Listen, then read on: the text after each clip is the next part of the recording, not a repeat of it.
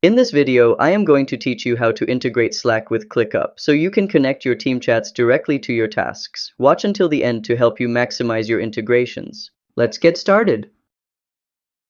Go to clickup.com and sign into your account. Make sure you're logged in with the correct workspace. Click your profile icon at the top left corner. This will open your main account settings and shortcuts. In the drop-down menu, choose App Center. This is where you can find all available integrations for ClickUp. Now in the search bar, just search Slack and choose the Slack app from the list. This will open the Slack integration page.